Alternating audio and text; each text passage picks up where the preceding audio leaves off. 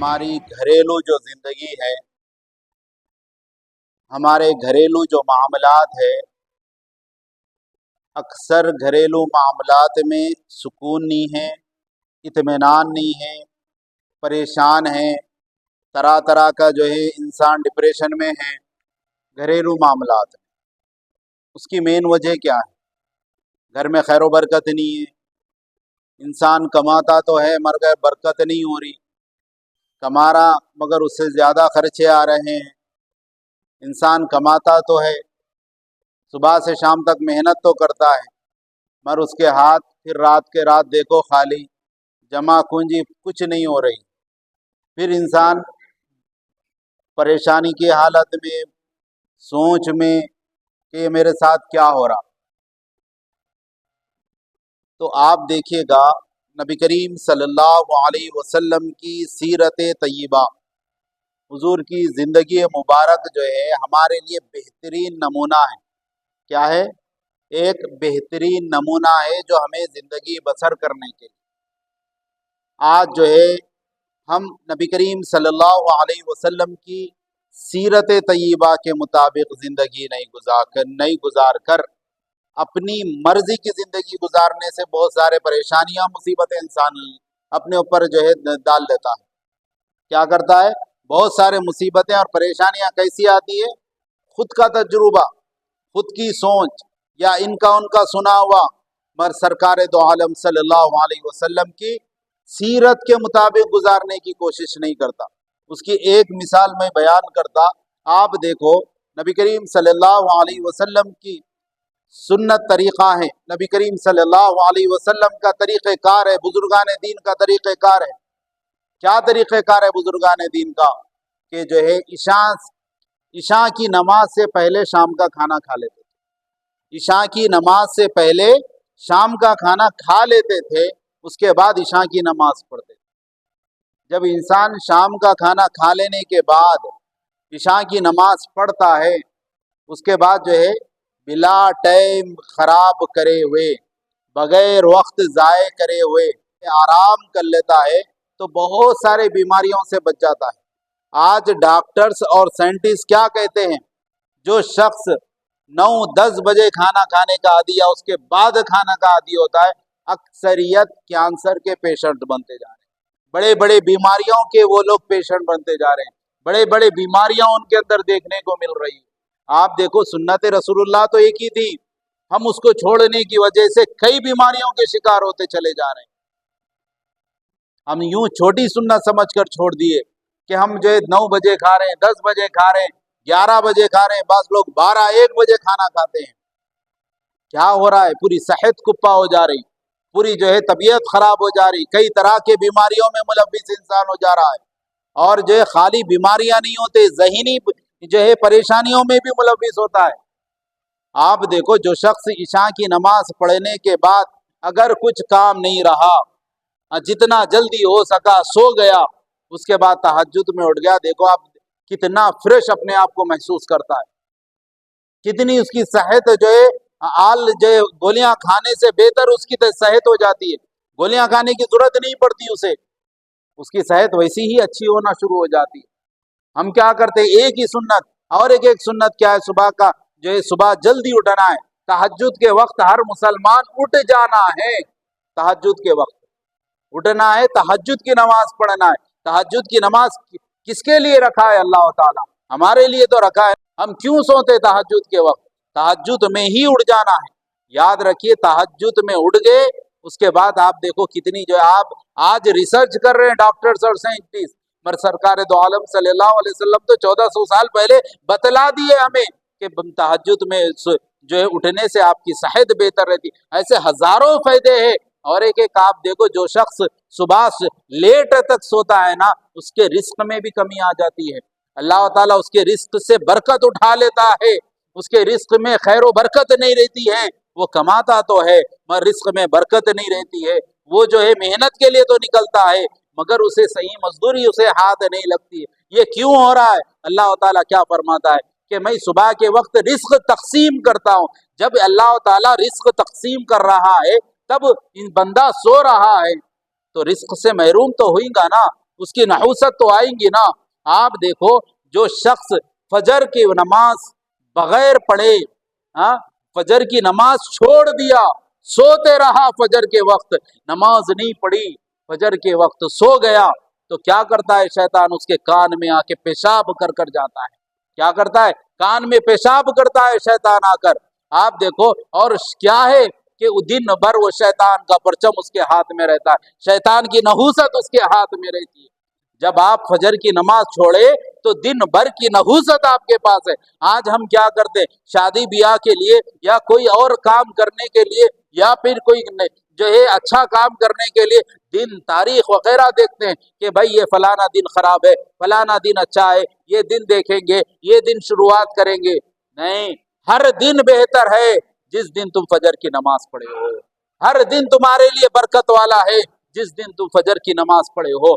تم فجر کی نماز چھوڑنے کی وجہ سے تمہارے اوپر نحوست آتی، چاہے کتنے اچھے تاریخیں دیکھ لو، کتنا اچھا وقت دیکھ لو، مگر تم نمازیں نہیں پڑھے، اللہ کو یاد نہیں کرے، اللہ کو پکارے نہیں، تو وہ تم تو سمجھ رہے کہ وہ برکت والا ہو گیا۔ نہیں نہیں، وہ تو تمہارے لیے نحوست والا ہو گیا، کیونکہ اللہ نے برکت تو ہٹا لی ہے، کیونکہ بے نمازی کے ساتھ کیسی برکت رہے گی؟ بے نمازی کے ساتھ کوئی برکت رہے گی؟ نہیں رہے گی، بے نمازی کے ساتھ کوئی برکت نہیں رہے گی۔ تو جو شخص فجر کی نماز، تم چاہے کون سے بھی دن اچھا کام کرو، شادی کرو یا پھر کوئی بھی اور جو ہے خوشیوں کے کام، چاہے چہارشنبے کو کرو، منگل کو کرو، یا کوئی بھی دن کرو، سفر میں کرو، محرم میں کرو، کوئی بھی تم مہینہ، کوئی بھی جو ہے دن کرو، کوئی سے بھی وقت کرو، مگر تم جو ہے نماز جو ہے اس دن کی شروعات فجر کی نماز کے ساتھ اور قرآن کے ساتھ تم شروعات کرو، دیکھو اللہ تعالیٰ برکت نہیں دیتا ہے کیا؟ آپ دیکھو کئی لوگ کیا کرتے ہیں، کئی لوگ اچھے تاریخیں دیکھ کر، اچھے دناں دیکھ کر شادی کرتے، پھر بھی شادی ٹوٹ جا رہی ہے نا جی۔ کیوں ٹوٹ رہی ہے؟ جب اچھا دن اچھی تاریخ دیکھ کر کرے تھے نا، تو پھر شادی ٹوٹی کیوں؟ پریشانیاں آئے کیوں؟ کیونکہ ہم سنت رسول اللہ کو چھوڑ دیے، رسول اللہ صلی اللہ علیہ وسلم کی سیرت کو چھوڑ دیے، اس وجہ سے جو ہے مسائل میں مبتلا ہو گئے۔ آج دیکھو ہم کیا کرتے ہیں، شادی تو اچھی تاریخ دیکھ کر کرتے، مگر شادی کو پکا کیسا کرتے؟ سرکار دو عالم صلی اللہ علیہ وسلم کیا فرماتے ہیں کہ جب تم کئی رشتہ کرو تو تین چیزیں دیکھو، بولے کیا؟ بولے تین چیزیں دیکھو رشتہ جہاں بھی تم کرتے ہو۔ پہلی، آپ دیکھو انسان کیا کرتا ہے، انسان کیا کرتا ہے؟ تین چیزیں دیکھ کر رشتہ کرتا ہے نا، کہیں بھی کرو تین چیزیں دیکھ کر رشتہ کرتا ہے۔ پہلی چیز کیا دیکھتا ہے انسان؟ خوبصورت لڑکی دیکھتا ہے۔ لڑکی میں کیا دیکھتا ہے؟ خوبصورتی دیکھتا ہے، اچھی لک والی، اٹریکٹیو فیس والی، دبلی پتلی ہونا، یہ ایک چیز دیکھتا ہے۔ دوسری کیا دیکھتا ہے؟ مال و دولت ہے والی، پیسے والی ہے نہیں، یہ دیکھتا ہے۔ آخر میں سیرت دیکھتا ہے۔ سرکار دو عالم صلی اللہ علیہ وسلم کیا فرماتے؟ انسان کہیں بھی رشتہ دیکھنے گیا تو یہ تین چیزوں کے میں سے ایک چیز کو نظر میں رکھتا ہے۔ کیا ہے یہ تین چیزیں؟ یا تو جو ہے لڑکی کی خوبصورتی، یا تو جو ہے پیسہ دیکھتا ہے، یا تو سیرت دیکھتا ہے۔ آپ دیکھو سرکار دو عالم صلی اللہ علیہ وسلم فرماتے ہیں میں چاہتا ہوں کہ سیرت دیکھ کر شادی کرو۔ کیا بولے؟ سیرت دیکھ کر، خوبصورتی اور پیسہ نہیں، سیرت دیکھو بولے۔ ہم کیا کرتے؟ سیرت دیکھتے ہی نہیں۔ کیا دیکھتے ہیں؟ خوبصورتی دیکھتے ہیں، ہاں خوبصورت ہے نہیں ہے یہ دیکھ لیے، پیسے والی ہے نہیں ہے، جہیز دینے والی ہے نہیں ہے، مال و دولت لانے والی ہے نہیں، یہ دیکھ کے کر لیتے۔ اس کے بعد ہوتا کیا؟ مسائل کا انبار آپ کے اوپر آ جاتا ہے۔ سرکار تو فرمائے سیرت دیکھ کے کرو، ہم کیا کرے؟ سیرت کو ہی چھوڑ دیے۔ ہم کبھی نہیں دیکھے وہ نمازی ہے یا نہیں دیکھے، کبھی وہ جو ہے پردے کی پابند ہے یا نہیں دیکھے، کبھی جو ہے ہم یہ دیکھے کہ جو ہے اس کو حضور کی سیرت یاد ہے یا نہیں دیکھے، ہم جو ہے حضور کے سنتوں کے مطابق وہ زندگی گزارتی ہے نہیں گزارتی یہ نہیں دیکھے، اسے سورہ نور کا ترجمہ یاد ہے نہیں دیکھے، کتنا قرآن یاد ہے اسے نہیں دیکھے، صحابہ کی سیرتیں اور ازواج مطہرات کی سیرتیں یاد ہے نہیں، یہ نہیں پوچھے ہم کبھی بھی۔ حضرت بی بی فاطمہ الزہرا رضی اللہ تعالیٰ عنہ کی سیرت طیبہ سے یاد ہے نہیں، کبھی نہیں پوچھتے۔ نماز پڑھنے آتی ہے نہیں پوچھیں گے، کیا دیکھتے ہیں جاتے ساتھی؟ پہلے دیکھیں گے بالاں کیسے ہے، ہاتھاں کیسے ہے، دبلی پتلی ہے نہیں موٹی ہے، داتا کیسے، اندر تک چھانک کے دیکھیں گے۔ اگر بس میں ہے تو انتڑیاں بھی دیکھتے تھے،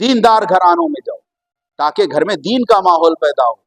کیونکہ آپ یاد رکھو جس انداز میں سرکار دو عالم صلی اللہ علیہ وسلم جینے کا طریقہ سکھائے نا، کوئی مذہب میں نہیں ہے ویسا جینے کا طریقہ، کوئی مذہب میں نہیں ہے.